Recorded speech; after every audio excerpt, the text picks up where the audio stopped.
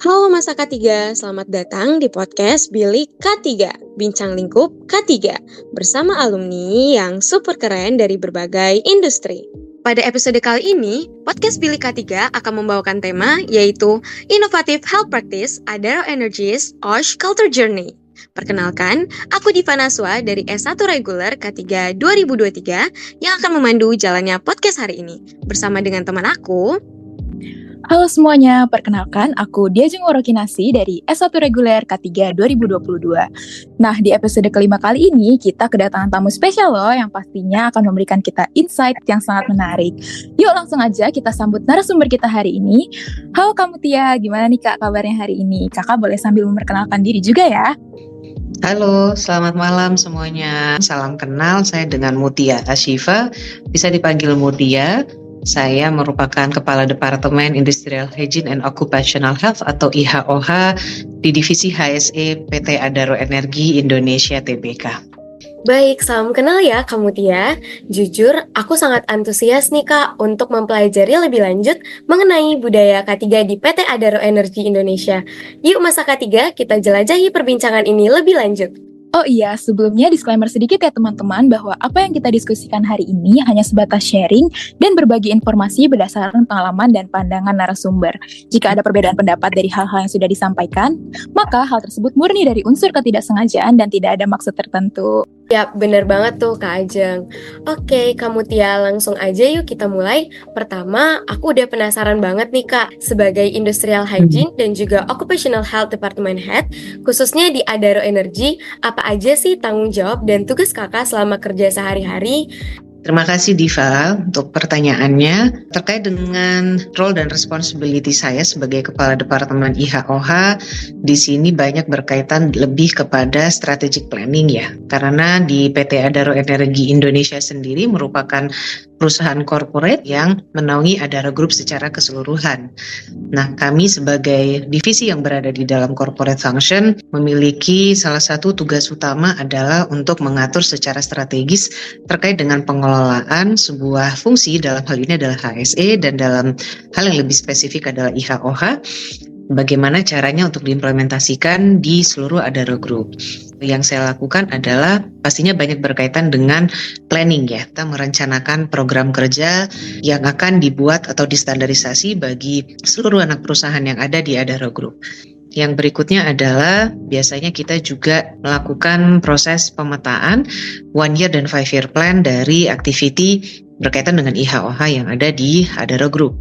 Selain dengan fokus terhadap pengelolaan program yang ada di business unit atau anak perusahaan, saya juga bertanggung jawab untuk pengelolaan Departemen IHOH yang ada di corporate function ini sendiri, di mana kami di dalam satu departemen terdiri dari seorang kepala departemen, saya sendiri, kemudian saya mempunyai 2 anggota tim, satunya adalah Industrial Hygiene Supervisor, satunya lagi Occupational Health Supervisor. Jadi secara tanggung jawab untuk sebagai seorang Dev Head juga harus meng-ensure departemennya dikelola dengan baik. Untuk detailnya, kami di fungsi HSE itu memiliki 5 roles ya secara general, di mana yang pertama kami mengembangkan atau membuat sebuah guidelines, bisa dalam bentuk policy, pedoman teknis, ataupun prosedur. Kemudian yang kedua adalah terkait dengan pengembangan kompetensi, baik untuk personel yang ada di corporate maupun yang ada di business unit. Lalu kita melakukan technical assistance. Dan yang keempat adalah terkait dengan fungsi oversight. Lalu yang kelima adalah berkaitan dengan improvement. Wah, ternyata seperti itu ya tanggung jawab Kak Mutia sebagai Departemen Head IHOH. Aku izin follow up question ya Kak, soal apa sih tantangan terbesar yang biasanya Kak Mutia hadapi? One of the biggest challenge adalah berkaitan dengan pengelolaan sumber daya manusianya gitu ya. Karena kita sangat diverse di dalam bisnis proses yang ada di Adaro Group, sehingga secara kompetensi, secara skill wise, secara background, pendidikan, pengalaman orang-orang juga sangat bervariasi. Dan saya rasa ini umum ya di beberapa industri juga seperti ini. Ditambah dengan aspek IHOH yang bisa dibilang cukup baru di dunia pertambangan, sehingga punya tantangan tersendiri adalah bagaimana membuat orang-orang ataupun fungsi-fungsi yang ada di internal perusahaan itu paham terkait dengan IHOH. Nah, yang berikutnya adalah terkait dengan kultur pastinya ya. Jadi tadi saya bilang karena sesuatu yang baru bisa saja dapat dirasa merubah kultur yang ada, either menjadi sesuatu yang bagus atau mungkin yang sesuatu menjadi challenge tersendiri bagi company. Wah, selain tanggung jawab yang cukup besar karena merancang dan mengatur keseluruhan anak perusahaan Adaro, tantangan yang Kak Mutia hadapi cukup kompleks ya, Kak. Nah, sama seperti di episode-episode sebelumnya, budaya K3 salah satunya terkait industrial hygiene dan occupational health yang disampaikan Kak Mutia, pastinya merupakan suatu hal yang krusial untuk mewujudkan keselamatan, kesehatan, dan kesejahteraan pekerja secara keseluruhan. Karena kan pekerja datang dengan keadaan sehat, jadi mereka juga harus pulang ke rumah dengan keadaan sehat juga. Dan tentu saja disinilah pentingnya peran budaya K3 sebagai dasar perilaku sehat pekerja di tempat kerja. Nah, selanjutnya aku mau nanya nih Kak Mutia, di Adaro Energy sendiri ini, gimana sih cara perusahaan untuk meningkatkan kesadaran para pekerja akan pentingnya budaya K3? Baik, makasih Ajeng. Caranya ada beberapa pendekatan ya. Dari kami di fungsi corporate, biasanya kita melakukan yang pertama adanya assessment terlebih dahulu. Jadi assessment pernah kami lakukan mulai di tahun 2018 atau 19 dengan namanya Safety Maturity Survey gitu ya, untuk menilai tingkat kematangan budaya safety pada saat itu di tempat kerja. Melakukan gap analysis dulu gitu ya, kita mau melakukan perbaikan kultur atau improvement itu kan melihat dulu current-nya kita seperti apa.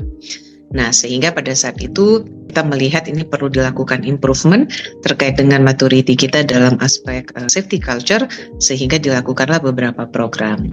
Seperti program asistensi bagi teman-teman yang ada di lapangan untuk meningkatkan awareness di bidang aspek K3-nya. Kita punya jargon-jargon seperti Adaro Zero Accident Mindset dengan 5 pendekatan gitu ya. Kemudian kita juga punya beberapa program assessment yang dilakukan bagi pengembangan kompetensi karyawan yang ada di lapangan, khususnya dalam aspek HSE. Ada online learning system bagi mereka gitu ya. Kemudian kita juga membantu mereka dalam pengembangan kompetensi baik yang disertifikasi maupun tidak. Kita lakukan in-house training, kita lakukan sharing session secara rutin juga kepada rekan-rekan untuk dapat setidaknya menimbulkan atau menumbuhkan awareness mereka terlebih dahulu. Baik, jadi cara Adaro Energy untuk meningkatkan kesadaran para pekerja akan pentingnya budaya K3 di perusahaan itu ada beberapa pendekatan ya Kak, diawali dengan assessment hingga sharing session yang dilakukan rutin agar tercipta awareness di tiap individu. Oke Kak Mutia, aku jadi penasaran nih. Dari banyak program yang sudah kakak sebutkan tadi, aku juga mau bertanya nih Kak, sejauh ini apakah ada inovasi teknologi atau metode kerja yang diterapkan untuk meningkatkan K3 di pertambangan? Baik, Diva. Untuk inovasi, Adaro sebenarnya punya satu event atau satu program khusus ya. Jadi nama eventnya adalah Adaro Innovation Convention gitu. Jadi itu setiap tahun atau setiap 2 tahun rutin dilakukan untuk mengakomodir inovasi-inovasi yang dapat menjadi improvement di tempat kerja, baik secara proses gitu ya, atau secara misalnya cost efisiensi dan lain-lain. Namun untuk yang spesifik HSE atau K3 sendiri, ada yang sudah berjalan di anak perusahaan ya, seperti melakukan improvement terkait dengan pemasangan dashcam di kabin operator untuk melihat apakah mereka mengantuk untuk mencegah fatigue, misalnya seperti itu. Contoh lain adalah melakukan fit test kepada karyawan, kepada operator-operator yang ada di lapangan untuk mengecek level fitness mereka saat mereka sedang bekerja. Nah, untuk inovasi yang spesifik terkait dengan teknologi, biasanya itu banyak berkaitan dengan aspek safety. Contohnya tadi kayak pemasangan kamera yang ada di dashboardnya operator. Contoh lainnya adalah terkait dengan aspek IHOH gitu ya, digitalisasi atau improvement yang dilakukan teman-teman adalah terkait dengan penggunaan wearable device untuk melakukan measurement dari data exposure secara harian.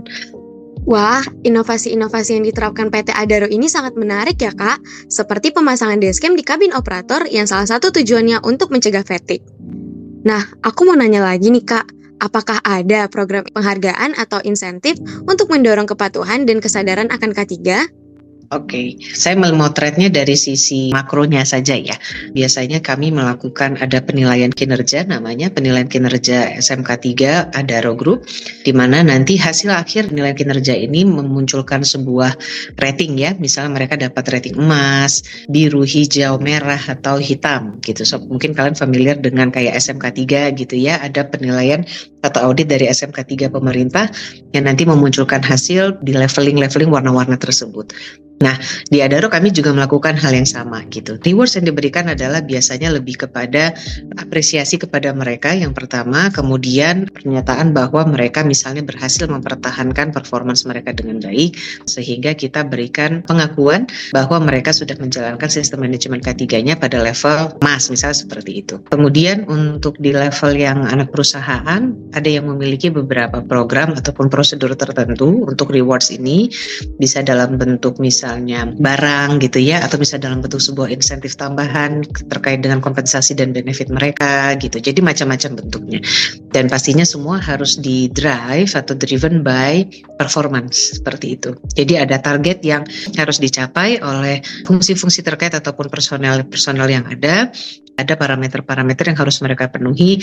Biasanya dalam satu kesatuan namanya SAP, Safety Accountability Program. Wah, jadi Adaro Energy ini mendorong kepatuhan dan kesadaran akan K3 para pekerjanya di level makro dengan melakukan penilaian atau audit SMK3 ya Kak. Kemudian ada reward juga yang diberikan sesuai dengan performance pekerjanya. Selanjutnya, aku mau nanya nih Kak, gimana sih cara Adaro Energy memastikan pekerja terus menerapkan pengetahuan dan keterampilan yang diperoleh dari pelatihan K3? Dari hasil pelatihan dan pengembangan kompetensi, kita pantau itu salah satunya melalui dashboard ya, yang kalau kami di corporate mempunyai satu sistem namanya Adaro Learning Management System atau ALMS. Jadi di situ karyawan akan masuk ke dalam satu portal online learning, lalu mereka akan mendengarkan modul-modul pelatihan, lalu mengambil post-testnya ataupun misalnya kompetensi tesnya. Jika dia lulus maka akan dinyatakan berkompeten di modul tersebut seperti itu. Jadi kita punya records-nya, datanya yang akan secara otomatis merecord atau mengidentifikasi siapa yang belum menonton modul atau misalnya siapa yang sudah menonton modul tapi belum ujian gitu ya, dan lain-lain. Sehingga kita dapat menarik datanya secara bulanan atau tahunan tergantung kebutuhan untuk melihat track recordnya seperti apa. Dan yang lainnya adalah kita juga encourage teman-teman untuk yang pertama pasti harus comply dengan peraturan ya. Jadi di peraturan pertambangan itu kan banyak ya, atau cukup banyak juga menjelaskan untuk kompetensi minimum apa saja yang harus dipenuhi, baik dari sisi operation maupun fungsi-fungsi support lainnya termasuk HSE. Wah, berarti Adaro Energy ini sudah punya strategi yang unik ya Kak untuk memastikan bahwa si pekerja ini sudah ada perubahan knowledge dari pelatihan K3 yang udah disediakan oleh perusahaan. Nah Kak, dari tadi kan kita udah ngomongin peran dari Industrial Hygiene dan Occupational Health Department Head, hingga program-program untuk mendorong kepatuhan dan kesadaran K3. Tapi aku masih penasaran nih Kak, gimana sih cara Adaro Energy mengukur keberhasilan dari program-program K3 yang sudah dijalankan? Oke, saya ambil dari IHOH saja ya. Jadi kalau di dalam IHOH, kami punya namanya satu set KPI leading dan lagging indikator IHOH. Indikator leadingnya di sini adalah yang bersifat aktif atau dalam artian pendekatan yang menggunakan 4 pilar program kesehatan kerja, promotif, preventif, kuratif, dan rehabilitatif untuk mencegah yang namanya terjadinya angka-angka yang muncul nanti di lagging indikator gitu ya. Jadi program leading ini kami standarisasi dan diimplementasikan di anak perusahaan dan dilakukan pelaporan secara rutin ke corporate function di kami. Untuk lagging indikatornya juga sama. Lagging indikator yang kita gunakan contohnya adalah seperti angka rasio kelayakan kerja, kemudian angka hari hilang karena sakit, angka kematian akibat penyakit tenaga kerja, kemudian angka PAK, itu semua kita pantau. Nah, jadi dengan menjalankan leading dan lagging indicators ini, dengan beberapa set standar program yang mereka jalankan, sejauh ini membantu bagi teman-teman di business unit untuk menjalankan program IHOH. Jadi secara bulanan kami menerima laporan dari mereka terkait dengan kinerja atau performance IHOH-nya dengan dashboard IHOH leading dan lagging indikator tadi. Oke, jadi pengukurannya itu berupa leading dan lagging indikator IHOH yang diimplementasikan di anak perusahaan dengan pendekatan sesuai level dan dipantau setiap bulan ya Kak. Kak Ajeng, setelah ngobrol banyak sama Kak Mutia mengenai peran Industrial Hygiene dan Occupational Health Department Head serta budaya K3 di Adaro Energy, kita jadi dapat banyak insight baru ya. Dan sejujurnya aku masih pengen banget loh explore lebih banyak tentang budaya K3 ini. Tetapi karena keterbatasan waktu, kita hanya bisa sampai di sini, Kak. Betul banget, Div. Sayang banget ya, walaupun pertemuan kita singkat, tapi aku tetap senang banget nih, karena hari ini kita bisa dapat banyak pengetahuan baru yang pastinya bakal berguna banget buat kita semua saat memasuki dunia pekerjaan nanti. Nah, sebelum kita menutup perbincangan di Bilik K3 episode 5 ini, boleh nih Kak Mutia jika ingin menyampaikan sepatah dua patah kata untuk masa K3 yang sedang mendengarkan. Baik, terima kasih Ajeng. Untuk masa K3 yang sedang mendengarkan podcast ini, dari saya mungkin titip pesan saja kepada rekan-rekan semua. Semoga kedepannya upaya kita, ikhtiar kita untuk meningkatkan yang namanya budaya K3 di tempat kerja dapat berjalan dengan baik, mendapatkan jalan yang mulus, kemudian kita juga dapat membantu organisasi ataupun industri ataupun perusahaan tempat kita bekerja untuk dapat memastikan, dan yang mungkin saya juga titip pesan, perlu ingat bahwa K3 itu ada 2 K-nya ya, jadi keselamatan dan kesehatan kerja. Jadi adik-adik, rekan-rekan, praktisi-praktisi K3, jangan juga melupakan aspek kesehatan kerjanya, karena itu juga menjadi salah satu hal yang sangat penting dalam kita bekerja dan banyak sekali kaitannya dengan aspek keselamatan kerja.